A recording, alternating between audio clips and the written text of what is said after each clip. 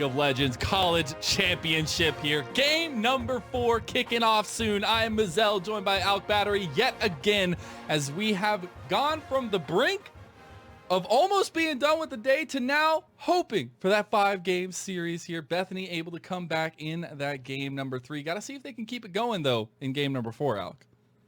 Yeah, that is, I mean, you're coming into the series, you look at the desk, they're like Maryville 3-0, 3-1. So a lot of people have their eyes on Maryville to win this, and I think it's fair. Maryville have been one of the best teams that we've had in collegiate in basically since its inception. So I'm really glad to see that they are still having a strong foot, but Bethany, a team that wasn't in top 32, finally making a run all the way up.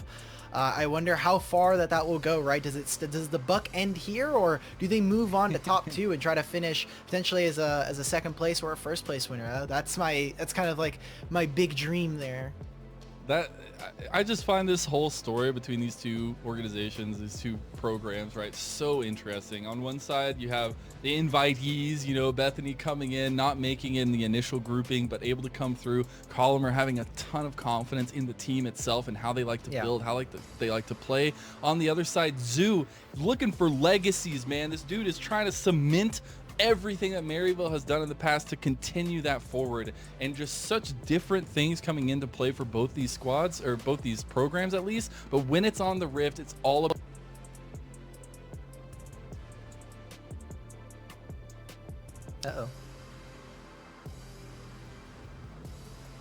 I think I may have I wonder if you lost me. I think my internet went out for a second. I think back. It may have been mine. I think it was mine. I saw I saw my. It's fine. I got lost. Fine. It happens to me. I wanna highlight here, Maryville have turned the page. They have banned Hunter's Diana away. So, you know, there's things that come out, little miracles, and one of them is a change in draft ban order for Oh my god, Gwen made it through. What? Pick the Gwen. They banned it away in all the other games. They make it through. It makes it through. First pick on the other side, though. Shady gets his tried and true taken away from him, where Bethany gets the Thresh and the Udyr combination. Okay, interesting. So I was wondering, we're seeing some adaptations, right? Maryville, they dropped the Gwen ban, and same thing for Bethany. They end up just dropping the Udyr ban and taking away Senna. So they want to say, hey, no more Senna TK. Let's see you pick up something a little bit different. We're going to take the Thresh and the Udyr, but they've given away Gwen, which I think is super dangerous. Spyrax has been an upcoming mid laner that I know a lot of people have had their eyes on, and Chippy's, I mean, no slouch within himself, has been really, really fantastic throughout this entire tournament. So really interesting that this is the champion that they want to give up, and we'll have to see if Bethany's Gambit ends up kind of paying off here. We will. Solera gonna wrap up the shit yet again. Might as well just put in a little bow, give it to him. Hey, nice, man. get the if it ain't broke, don't fix it. If it ain't broke, don't fix it. I like it. I do want to see what Hunter's gonna be able to pull off on this Udyr, though. A little bit different this time around from that Diana pop-up performance that he had last time around. Not gonna have the moonfall on his side, but we will see if that pace advantage that Udyr can typically get is going to work to Bethany's fruition there. As we're getting into the second phase of bans, the typical Morgana ban comes out from Bethany, as Maryville are still looking to pick up their jungler at some point here. And the next couple bans for Maryville, I feel like, are very, very important. You can either focus the ADC, you can focus going down these solo lanes, whatever you want to do. Samira is their first ban. Good. Yeah, they want to take that away from Wizardish. The favorite combo between these two is they would play Samira Rel. Every time you see a Kai'Sa matchup, it's like, cool, all right, cool. So we have the counter and we kill you in lane. So looks like they want to get rid of that. I wonder if they'll try to force Wizardish onto like a Varus and try to call his bluff, say, hey, are you going to play this or champion, or are you going to try and default to a more supportive AD carry? So I like this coming out from Maryville. They kind of try to keep their chips a little bit closer to their heart and try to kind of hide their cards. Yeah, we do have the Chippies Gnar banned away as the last ban for Bethany. Trying to take away some of that power in the top lane. Yep, good. Might as well. The Victor also banned away by Maryville. The first pick of the second phase for Bethany is going to be the Tristana. Okay, cool. It allows them to be flexible, and if they want, they can just take this bot lane and just do whatever they want, and it still gives Bradley counter pick. So it forces them to show where Chippy is going to go. And Spyrax, Okay, that's one. Are they going to do the 2-3 and try to pick up a Nidalee here potentially? There's a lot of magic damage here. And while you have an AD mid laner, Merc Treads is starting to gain steam in terms of value as Maryville. Are you going to do it? Are you going to actually pick Sejuani? There's no way. There's no way. Oh, yeah. They lock it in. It gets locked in. Maryville with a little bit of spice coming in here this fourth game. Okay, so for everybody at home, that's like, why is Sejuani a champion? She's been catching some buffs here and there. Her clear speed isn't all that bad. And, I mean, if you really want, we see that Chippies has, like, Ignite Teleport. You can go, like, Exhaust Smite on her. You can do a ton as... Okay, Bethany. All right, we're pulling out the Lucian counter. We're trying to go for... with all the way. Here. That's cheeky. I don't know if the new itemization makes it much harder for the Annie matchup. I know we saw this on LCS Finals, if I'm correct. Some iteration of like Jensen playing this matchup. But this is like...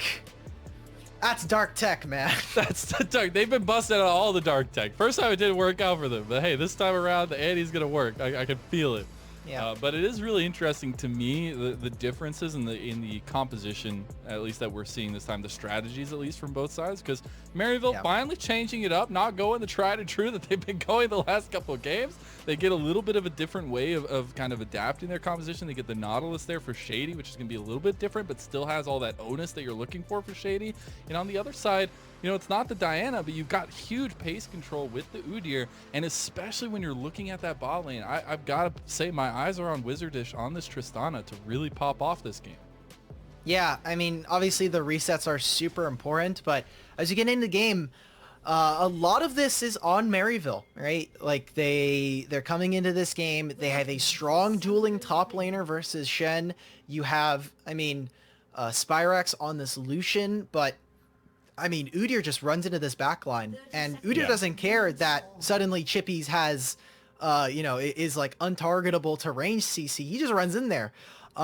So, I mean, again, we've seen it time and time again where the bot lanes are super influential, and this time it's Hollywood on the Thresh. So I want to see how both of these guys kind of pair up. Does Shady finally kind of try to higher, you know, kind of increase his duo percentage? Or is it just Wizard and Hollywood running across the map?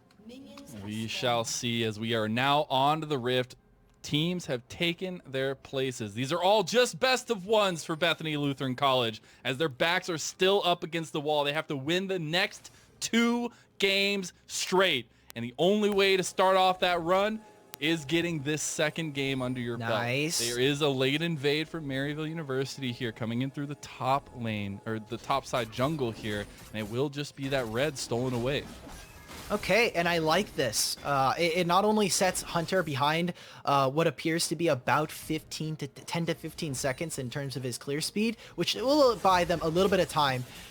Solora needs to be very careful with how he takes his top lane trade because, I mean, Gwen literally wins almost every single 1v1 in the game. Like, especially just because, like, you not only get extra damage on your auto attacks, you get a bonus attack speed, a bonus attack range, and you just get to do this. And he's taking a little bit of a much deeper trade there. That one, you know, you kind of lose out on the HP trade, but he knows at any moment Solora's going to have to be careful of potentially Sejuani following up. Yeah, I think that's the biggest thing. It's like knowing that they started on that side of the map. You gotta be real careful up there. Spyrax taking a huge trade for Bradley early on, but able to get a couple shots back. More than likely how we're gonna see that lane kind of trade out there from both sides. But it is the opposite side here for Hunter as we see him going for that invade, trying to get some of those camps for himself after his entire top is taken away. Was thinking about going for the gank? I don't know. This is such a dangerous position. Like look at this wave. Oh, I love. Oh my God, Hunter. Holy Hunter. He's trying to go with the big brain there. He's on one. Chill, bro. He's on one after that game. He's after that game 3. He's on one. He's like, I'm doing this. You can't stop me anymore. I'm feeling myself after this. But this is so dangerous. Has to be careful. Has no flash. Probably will get stunned up, but I don't think Spyrax can really follow up here. I was gonna say before this started, this was such a good spot for Bethany in their mid lane because you see that Bradley ended up pulling off the wave and he's trying to force Spyrax to step up. He has flash, he has ignite, and Spyrax steps up, he's dead. Yeah, there's no ifs, ands, buts about it. We will get the trade of scuttles here. Top one going to Chippies, and bot one going to Hunter and the rest. Hey, I mean, as long as you're getting resources in the Gwyn, that's all that matters, right? As Hunter was actually coming up here to try and get that double scuttle going, but luckily Chippy's too big brain himself. Yeah, and look at the pathing. So he actually won't be seen.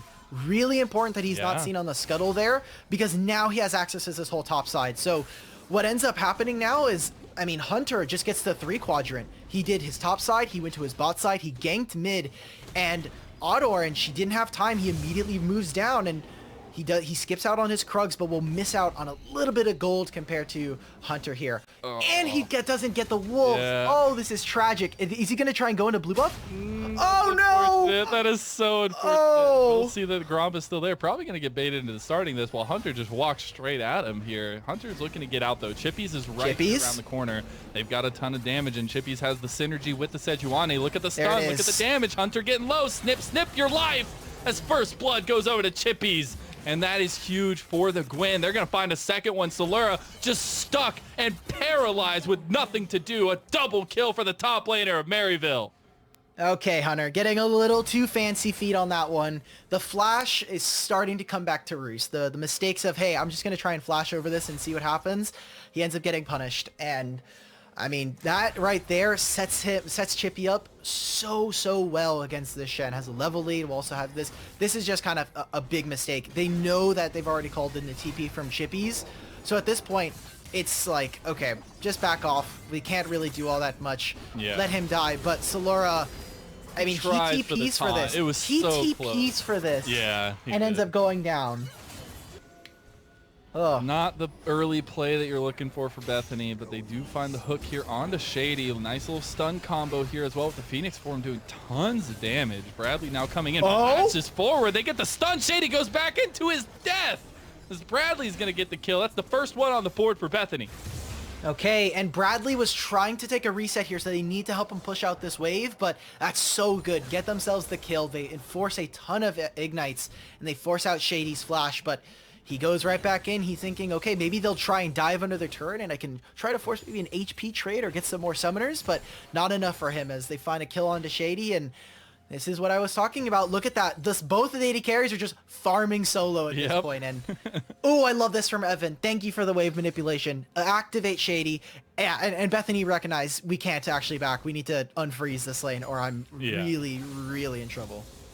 Yeah, he's still, I mean, that's the thing for this bot lane, right? It's still on such a knife's edge. You're looking for both ADCs to get hyperscaling, getting further. Oh my god, that hook from Shady. Oh. Gonna get Wizardish right on the tip. Hollywood gonna have to give his life for it as Evan RL gets the kill. Early success for Maryville in this game number 4.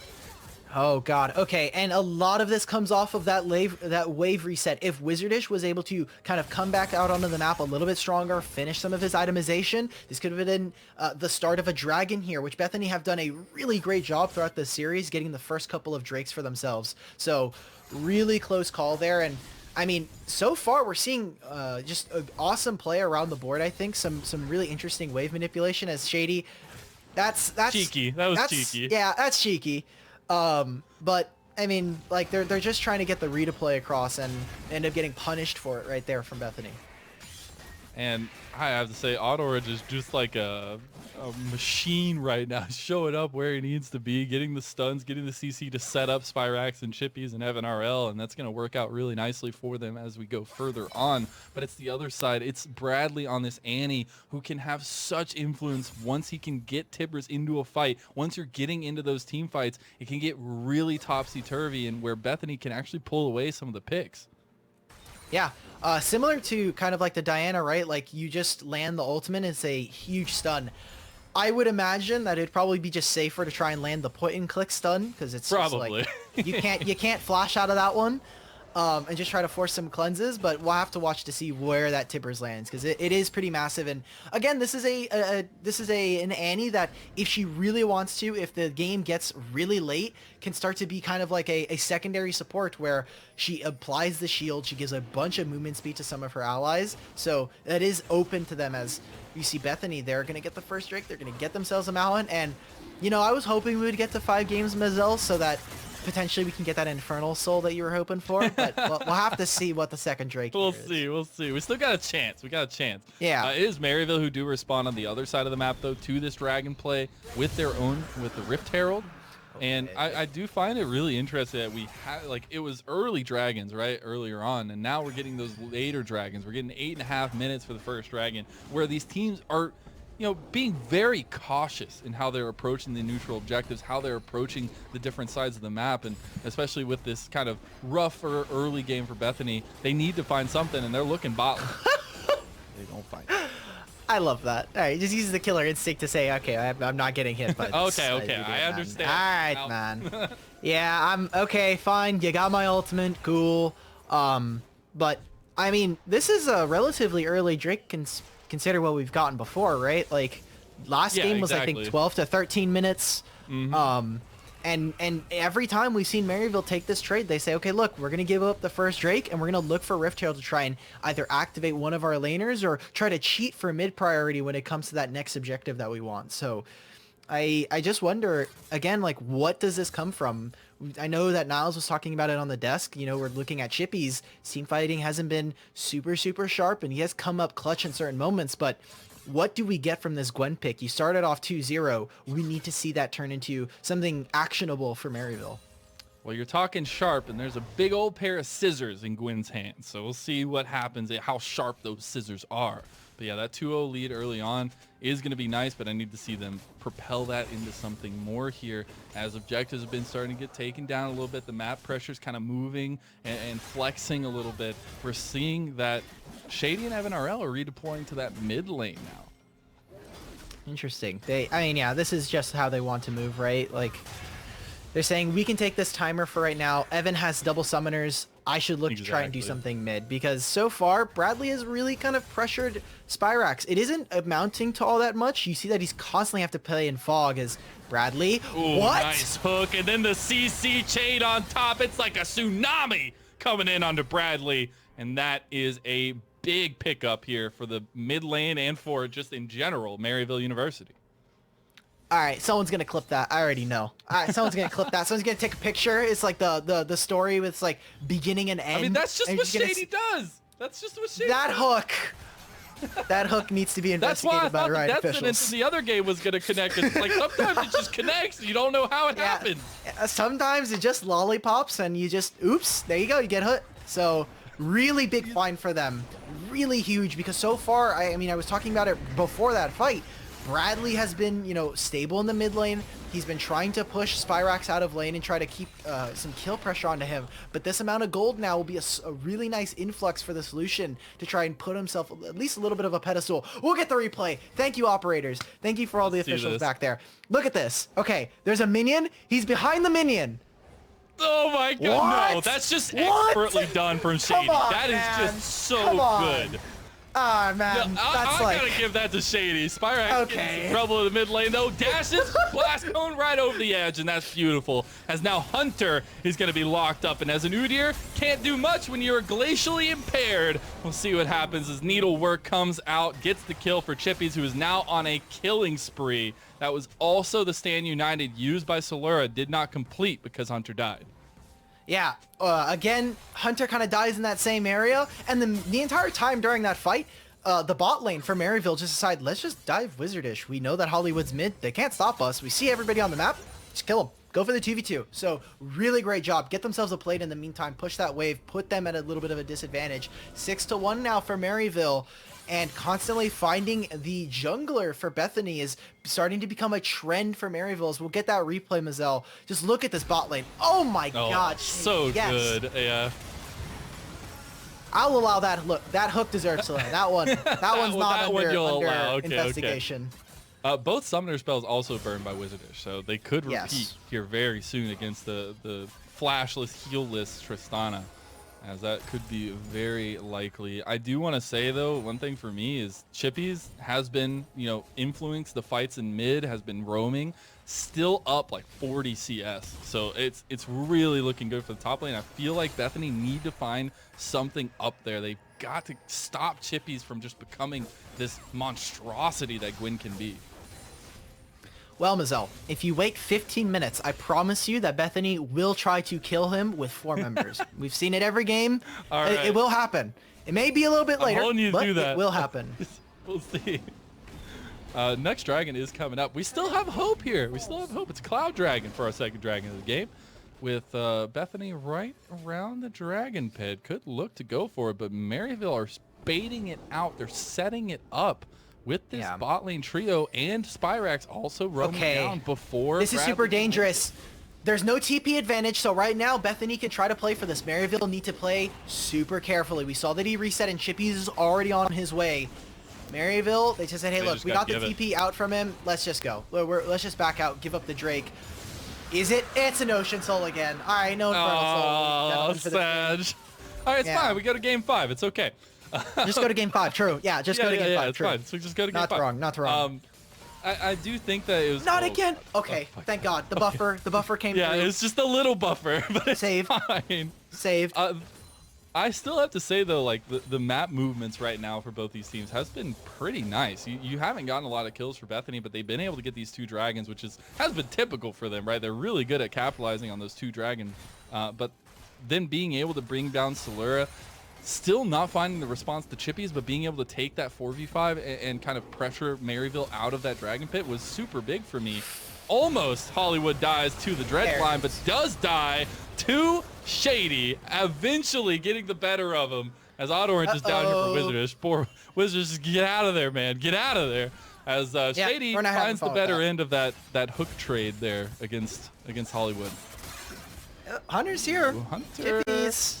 That's a 3-0 Gwen. You're going to find a lot of gold if you can take down Chippies. The Needlework comes out. Oh my God. Doing tons of damage. Chippies not having any mana here. Might be able to get some more damage down. Hunter finds the Phoenix form. Hunter finds the kill. An extra 300 gold. Okay, so good news. They killed Chippies. Bad news, I was wrong. It was a lot quicker than 10 minutes. It was like 2 minutes. But, you know, like, we take those. What do they get for this? So I like the start of that play where they try to find something on the bot lane because they know, hey, Solura's about to lose his turret. Either he stand Uniteds or like we just get the turret, like or we just, you know, try to force onto this bot wave, which they do. They then grab the turret for their bot lane. So Evan RL is in a very nice spot. He's already has his Q upgrade, so he's going to be kind of like that assassin when he goes into that back line. But on the opposite side, right, you have Chippies who, you know, had a strong laning phase, got set up really early thanks to kind of punishing onto Hunter, and ends up going down in the matchup, ends up going down and putting more gold into Hunter, which, I mean, putting gold into tanks, into some of these drain tanks like Udyr is not like, you know, the best in terms of it, but like putting more resources into Hunter has already turned up some success. So yeah, it is there, and it stops these squishy carries in Lucian and the Kai'Sa from having a lot of say in fights. And Hunter is also keeping up the pace of jungle farming really, really nicely, forcing Auto Orange to try and maximize his pathing because you know, Hunter's just getting so far ahead in that turn where now Maryville are forced to try and get some of these objectives under the belt. They get this Rift Herald as well. Will be the second one secured, and see where they want to use it. I would expect, obviously, I would like to see it go top to get Chippies a little bit more gold, but mid lane is still viable as well. Chippy's not here anymore, man. We're putting full gold into Evan. Chippy's on the other side of the map. Chippy's going against Bradley now on the Annie. You'll see how that works out for him. Yeah, and okay, yeah, just to clear the wave. I don't know if anything's gonna really happen here. Hunter, run stuff. They want to make it happen. You say that, you're caster cursing him as Chippy's trying to take the 2v1 under tower. Oh my God! Get the kill onto the trade of Hunter. It's 1-for-1 for the top laner of Maryville. Nice little pickup from Bethany, trying to capitalize on it though. Needlework is so good, man. Like the slow on it, you get so much healing. He already finished the Riftmaker. Yeah, it is deceptively long. I wanted to talk a little bit about that play to start because when you look at topside after they take the Rift Herald, I was wondering, you look at some of the outer turrets, the tier 1s, they're already pretty low, and unless Bethany can really start to defend some of these waves, they will lose another tier 2 turret if Maryville decide to kind of strong arm them around the map. So yeah. I was wondering what was going to come from that. They actually end up not using it. They're not using it. You have a minute before the Drake. And with their bot lane resetting, this is going to allow Maryville to get wards, get all the vision. And stopping that recall is crucial. They will not be available for this fight in time, specifically Hollywood won't. And the rotation from Maryville is leading towards picking up their first dragon of the game here, as they're going to be spawning in about 35 seconds. I would wonder if maybe we'll get the redeploy down towards bot for Bethany, but it actually looks like Hunter wants to go towards top. So maybe they're just giving away this third dragon of the game. They want to buy some time for themselves, make sure they can get a little bit of gold on the correct members here, but they still have time to move down towards this, and you've got a big grouping of Bethany Vikings right in the mid lane. Uh-oh. No, though, Hunter's going to walk straight in. That's not a play. He does have the rest of his team there, so they're going to back off, at least for the side of Maryville here. Death Sentence going to go wide. Does the dredge line go in? There's Shady's go button. They find the culling here, as well as the damage, as that's a killing spree for Shady on the Nautilus. Bradley! Flashing forward, the combo, the Tibbers damage, the needlework is doing so much. Chippies is still alive! How does that happen? As Auto Orange is getting caught out, this is a very split fight. It's Chippies is gonna help get the Tibbers, but Auto Orange gets the kill with the flash, and that is Bethany getting wiped. The only member left is Hunter. Man, a fight of inches there for Maryville. The start of that has Chippies using his W, and he immediately gets buster shotted away. So we're thinking, okay, it's very close, but Wizardish goes in, he jumps in, and realizes, oh no, it's Gwen, and backs out, jumps right back out. He has the flash immediately. It'll be the Drake for them. It'll be a tier 2 potential if they really want to stay for this in mid lane. But Maryville come out huge. They could take a look at this fight. So Solora in top lane, bot lane is pushing, and Maryville are looking for mid prio. Watch Chippies this entire fight. He has no W anymore, so the range damage is going to stick.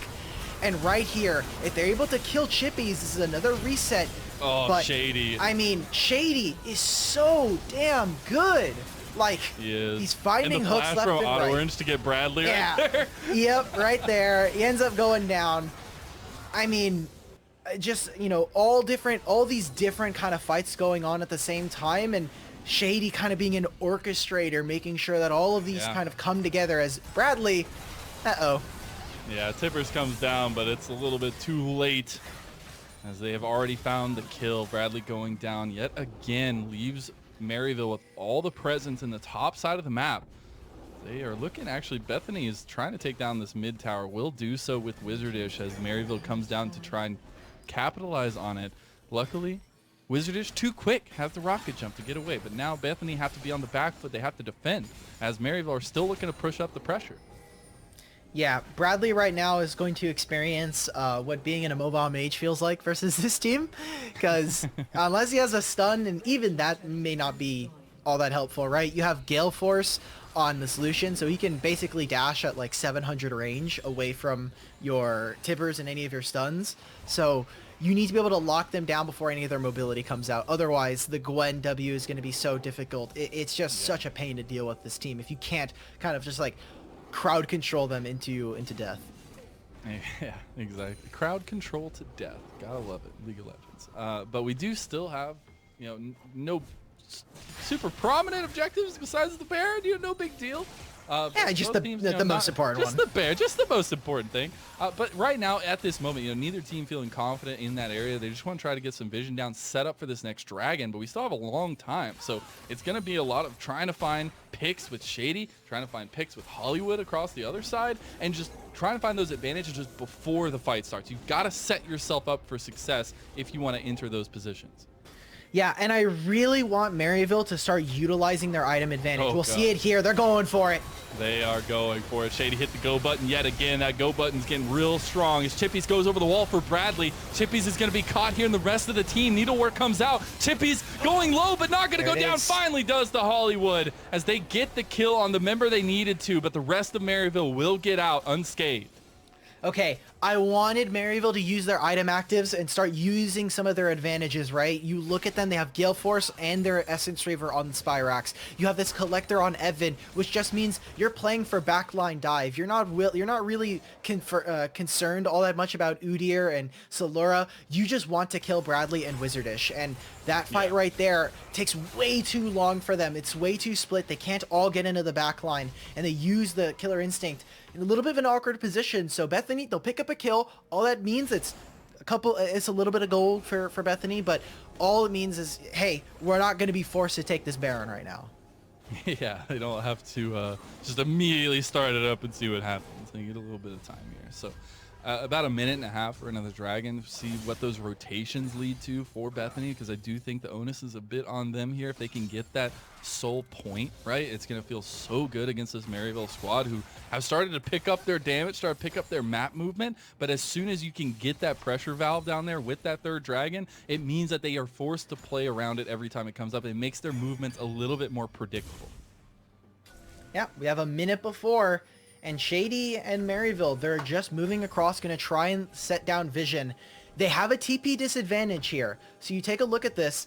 I mean, Chippies doesn't have it. They have backline access to Bradley in this situation if Auto Orange goes for this. He has Flash coming up soon, so a potential Flash engage is there for the Sejuani if they want to. But look at how they're controlling this. They're pushing out the mid wave. They already have full vision of this bot lane, and you put a simple Scryer's ward over on the Baron to try and stop them from sneaking this away. So love this control from Maryville coming out on the map. Yep, they've got both bottom lane and mid pushing up. They've got priority for this dragon here as well. 20 seconds till it spawns. You see Hunter trying to get in there like, all right, we're going to get some of this wave clear. We're going to get some of this priority in mid lane, but he needs to get out of there as well, because Maryville's definitely looking for the executions here. But with that being said, you know, Bethany on the wrong side of the road here as they immediately ping down to Baron. This could be a heck of a trade. Because now you're getting Maryville coming in, realizing what could be happening here. Bradley waiting on the side is going to have Tibbers available with the stun combo. Maryville have to be very careful how they want to enter this fight, as Bethany is actually getting pretty low. Hunter's about half health now with full health bars on the side of Maryville. Bethany decided to pull away. Interesting. They were trying to find something. They're trying to find a kill. It might be this. They don't get the hook. Hollywood goes wide, and the dredge line cancel, as that's huge splash from Auto Orange onto Bradley. Bradley's getting low, but on the backside, Chippies is taking the rest of Bethany with them, as so much damage is coming out. Double kill for Spyrax. Give another one over to Maryville. Another double kill, another fight win, and Maryville take it yet again. They're starting the Baron. Bethany were trying to use Baron as a fight pit. Say, hey, come and fight us. We want to try and find some kills before we're able to start this Baron, inject some gold into our pockets. But, you know, the gold there, and specifically the damage coming out from Maryville is a little too much. They'll get the Baron, they'll get the Dragon, they'll get 4 kills in their pocket. And Mazel, Maryville are looking to close out the series at a 3-1. They are indeed, and looking very strong at that. 7,000 gold in the lead, or 8,000 now actually. Getting even stronger as the dragon did go down. Second dragon secured by Maryville. Hunter there just a little too late. And now they'll have to bide their time here, because I feel like, you know, Maryville completely in control of the situation, have the deciding factor of where they want to play, where they're going to force Bethany to play to, and Bethany are just buying time right now, trying to get Wizardish some more items. He's on that 2-item spike, waiting for that third, and the damage potential has to be there.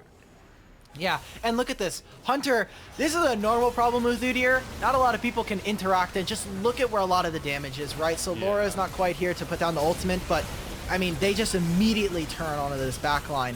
And Maryville, you know, we were talking about some of their macro about trying to play on their TP disadvantage in certain cases. Well, they immediately move Chippies over, and Bethany really haven't answered some of these side lanes in most of the series. So, I mean, really great job to try and take kind of pick apart Bethany at the seams here, but they're going to try and push onto this mid turret. So Laura, ultimate is still coming up. They're going to use the Shirelias to try and back them out of mid lane after getting this mid tier. Oh, so close, but not quite able. No minions this time. No minions to take it down. No melee. They just left that poor cannon minion to die, man. Oh man, the thing that amazes me though is the target selection, the target calling in these fights for Maryville. They are all seemingly, we don't have access to the comms, right? But they are all seemingly on the same page. You see Chippies turn onto Wizardish as soon as everybody else collapses on him, and those are the moments that mean the most. And those are the moments where the gears are turning, and everything is syncing up for Maryville, and it's a scary thought process. Yeah.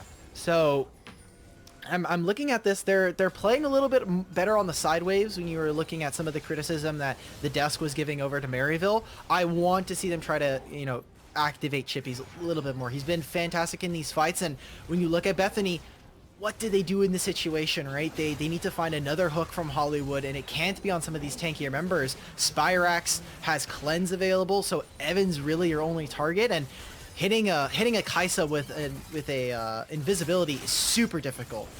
Yeah, it is. Oh, wow. Whoa. Okay. So there's a little bit of indecision there. Auto Orange gets hooked in, gets brought in just a little bit. The Glacial Prison goes wide, gives him a thumbs up. That's the immediate go button here for Bethany, though, as they find the stun on Auto Orange. They've got to get the members that matter. Look at Chippy's, look at Spyrax, look at Evan RL. It doesn't matter. No damage is going on to the members that I just called out. There's the huge combo, though. Look at the AoE, but it's not enough. Killer Instinct from Evan RL, and that's the nail in the coffin here as Maryville will take the fight, and they've got Baron minions. They've got their ticket to the grand finals. The Kings of the North are back, and they will look to defend their crown. There it is, Maryville back in finals. They did it in 2017, they did it in 2019, and they're looking to do it in 2021. They're looking to try and get their two-peat, try to take that away. They're trying to become the most successful program in North America, and it starts with getting to finals and beating whoever the next team up on the series is. But Bethany playing a really fantastic series, and also just their road here to top 8, top 4 was fantastic to watch. I cannot give more praise to this program. Yes, they may have lost here. This might end their collegiate run.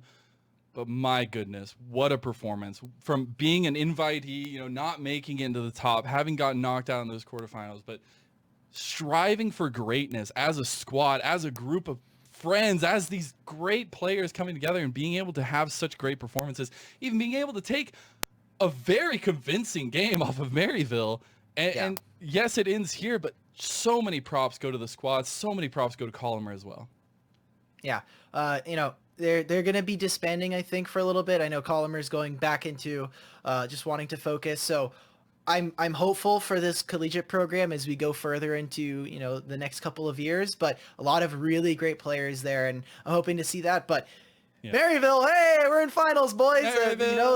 We get to see the great big red M sitting over next to the trophy potentially here for tomorrow. So looking forward to what they can bring. And so far, they're 32 in round of 16. Hey, some people were having some questions, and especially with their performance in proving rounds, but their collegiate run has looked so strong. I'm looking forward to see what they can do when they get when they're in finals.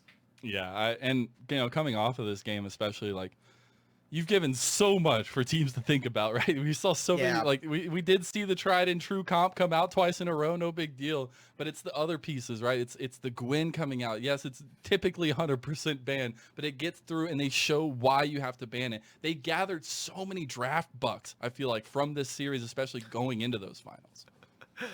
Draft bucks. They just cashed out. They cashed out after game 3. They're like, okay, look, we got Varus every game.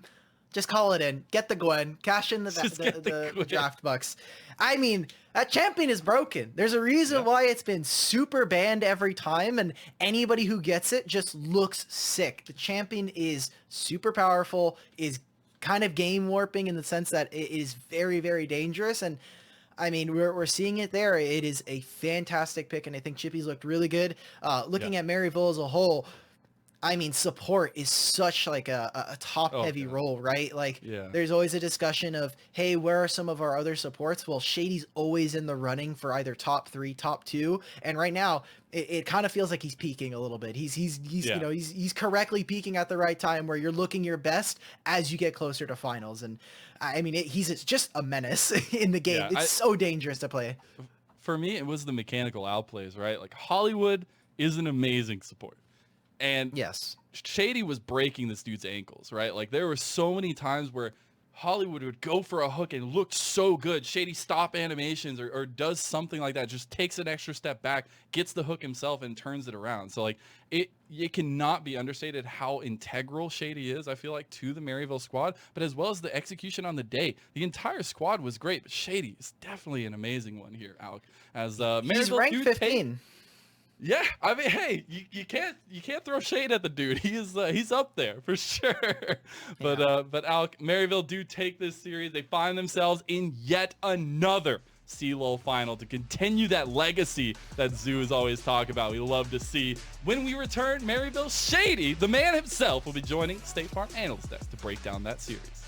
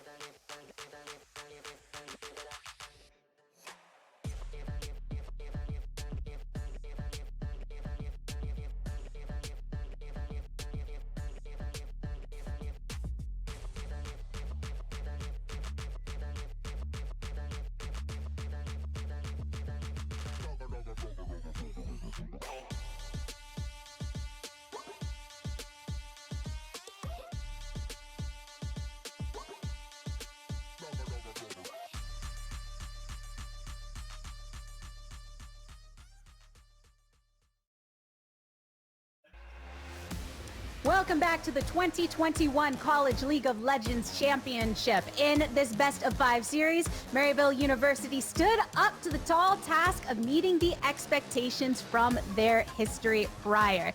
And we, of course, are so excited to have one of the players himself here for the interview directly after. We have none other than MU's support player, Shady. Now, Shady, we have been so hype about you on the desk. I just got to let you know it's been so much fun getting to watch you play. Now that you have secured the spot in the finals, how are you feeling, dude? Feel good. Job's not done yet, so we still have another series, and I think it's in 2 days. But it feels good, of course, to win this. We really wanted to do the undefeated run, but unfortunately, we couldn't do that. But we're still going to finish off strong, and so try to go for this win. That would be the next thing I'm curious about because, some were expecting, and by some, I also mean somebody called Niles here on the desk, we're expecting the 3-0, but it did get a bit more extended from that. How much did Bethany catch you off guard, if at all, when it came to catching the victory from themselves behind that Diana pick? It's always difficult to prep for these types of games because you never know, because players can really pull off something that you have no idea that they're going to play. we knew that Nunu had to go. That's one thing that we had to take off the table. But he picked the Diana in a really good spot. It was really good into our comp. And yeah, he executed pretty well on it. And I think we adapted pretty well by betting it the next game. So Yeah, banned it in the next game. And speaking of which, let's take a look at that draft because Niles, it did leave something else open. We got to see some shifts right here in the last minute going into this game. Yeah, so I really like what Marvel did, actually leaving the Gwen up and trading it, because the Gwen is such a power pick. They had been banning it the series away from Bradley, but just first pick it, right? The jungle matchups don't really matter too much. They had been throwing a lot of bans at the auto orange and the jungle, and so it was really limiting their draft phase. So I really like Maryville's ideas. Just first pick the Gwen, and everything else should fall into place. Yep. Yeah, we have really good Gwen players. We're really confident in picking Gwen. So, and also Bradley's a pretty good Gwen player. So, if we're gonna leave Gwen up, not ban it, we were gonna take it away from him. So, yeah. Yeah, Jordan. And I wanted to ask you about the Annie pick. When he locked in Annie, what was your guys' reaction? Because it's sort of an annoying champion to play against. But I immediately was like, "Can we swap Gwen into mid?" But we didn't do that. But I think it was. Again, it was like with the Diana pick, you never know what's going to happen. You show up, you just, you prep draft for hours and then you show up and literally nothing that you prep is actually what it unfolds. And that's one of those things where, well, they picked Annie, just do our best. And yeah, that's what we did. Yeah, I don't know if anyone out here was really expecting the Annie to come through on that side. We were so excited to get to see the Gwen come out. I think, as you mentioned, a lot we're expecting Bradley to be piloting it, but we got to see it on MU's side, and Emily definitely having an impact pretty early. Yeah, so I actually like the response. Basically, Chippies is going to take this crab because of the run of play prior, and Hunter responds by going in and taking these jungle camps, which should end up setting the Sejuani behind, but because he stays so long on this rotation, and here the odd orange comes in, sees that his blue is taken, and here Hunter is going to contest the Gromp and see if he can collapse, right? And I think the big thing I want to point out here is that the Shen TPs for this. Gwen already does so much damage here, and they can lock Hunter down immediately. So because the Shen also doesn't do any damage yet, Chippies ends up getting a double kill off of this on the Gwen, which is absolutely not what you want to happen early in a run of play if you're playing against a Gwen. So I think the initial response from Udyr was good, but I also think that Hunter kind of ended up overstaying instead of exiting out and affecting lanes or going to clear his own camps, ended up dying and giving over that double kill to the Gwen. And the fact that they TP'd for it is just the adding on insult to injury. Yeah, definitely. The rest of BE. Go ahead, Shady. Yeah, I mean, it's just, it could have been a good play, but it wasn't their timer. They weren't expecting Sejuani to appear. His boy TP'd for the play, and they just weren't on the same page. But we got a 2-0 win from it, so we're not complaining. Yeah, and we are also commending Chippies and what he was able to do from the top lane in multiple picks throughout the series and having quite an effect here. Shady, I do want to get your opinion on this next replay that we're about to see, brought to you by Stream Recap, where we really saw things start to go down kind of towards that bot side with Lucian coming through. Can you tell us a bit about what was going on in the team comms to make this play happen? We're just trying to pull them into us for the fight, and immediately when we see them split like that, we just pull the trigger. It's really important to be decisive in that timing. Bradley gets a good flash in here, and poor Evan, he goes to the grave, but we clean up the rest of them. Yeah, and I like to, are you guys thinking about like your pink usage, like as soon as they're putting down pinks and walking into your setup, is that sort of like when you know to go, or you just see that it was more so like you said that they split, that's when you want to go? Well, for me, my engage was completely contingent on them splitting up. I wanted to fight in that area, but as soon as I see them splitting up, you have to be really on top of those timers, and that's whenever we went in. Right.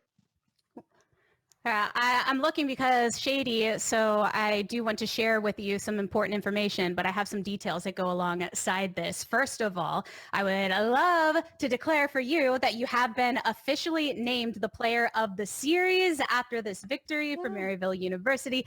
Congratulations all around. And I am learning that your gold difference at 15 in game 1 was compared to ADCs, not to the support, as you You're farming on that, Tom Kent. So just tell us a bit more about the impact that you have on this team, whether it's on the engaged bits and really just having such a great foundation for everyone else to play around.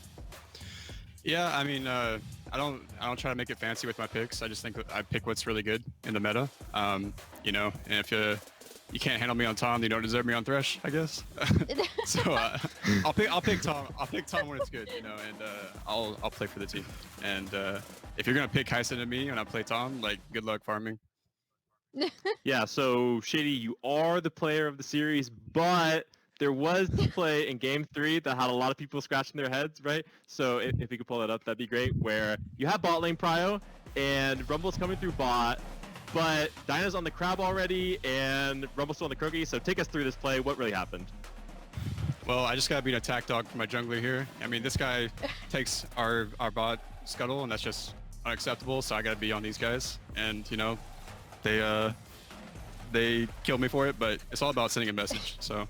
Yeah. So it looked like, though, that you were trying to match the Nautilus moving up in case he was going for top crab, right? Is that sort of what was going through your mind at the time, or you're just alphaing on them? What was the thought process? I'm always trying to alpha on them, but in that timing, we didn't expect them to actually take the scuttle. You know, we were playing to get the scuttle, and then there was a situation where the Nautilus can run all the way up to the top crab, and Nate was calling me, or our jungler was calling me to help him out with that. And I got caught in the crossfires there, but, you know, it's all good. Right. It makes sense. I mean, for the most part in this series, I thought you did a really good job of roaming up to, and I don't know what your communication is like, so that's what I was going to ask. Like, what is the early game communication between you and Odd Orange to protect these crabs? Since with a lot of the jungle picks right now, contesting Scuttle and vying for Scuttle is actually so important, and a lot of it really does rely on being the first support to roam up to help protect it. Well, we do spend a lot of time preparing as much as we can before the game starts. I think it's very important that you have a good plan going into the game. You know, you can't just go in and then, you know, just play. You have to be on the same page, you know, as a 5 unit. But in terms of, and just like me and Nate working together, we're usually pretty communicative of like what we wanted to play for, and, you know, junglers got to have the crabs, so you gotta help them out for those. Being on the same page and in line with the rest of your team becomes all the more important the farther you go within a tournament bracket, and you have already secured the spot in finals, but we do still have to find out who your opponent is going to be. I mean, right after this, we're going to have another best of 5 series, and that is between HU Storm and Winthrop. So Shady, how do you think the series is going to go down? Who would you like to see in the finals, or do you think is most deserving to be opposite side you there? I mean, I think whoever plays a better game deserves it. I'm happy to play those teams. I have some friends on HU, so, you know, seeing them perform well, that'd be nice. But ultimately, whoever performs the best, you know, let them win, and then we're going to take them down in the finals. Nice.